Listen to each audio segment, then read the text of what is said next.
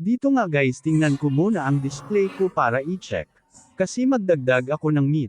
Mag-slice muna ako. Dito nagsisimula ako mag-slice ng liempo at yan ang i-display ko habang nag-slice nga ako at may napansin ako kakaiba. Napansin ko, unti-unti na pala nalalagas followers ko. Ngunit hindi, peren ako susuko. Feeling ko sesepegan ko pa. At nang may lumapit sa akin na matanda at nagtanong magkano liempo mo, ang sagot ko naman 355 per kilo. Sa nakapanood ng video na to, paki-like and share naman dyan. At huwag nyo ako kalimutan mga brad. Yan tuloy peren ang pag-slice natin mga buddy.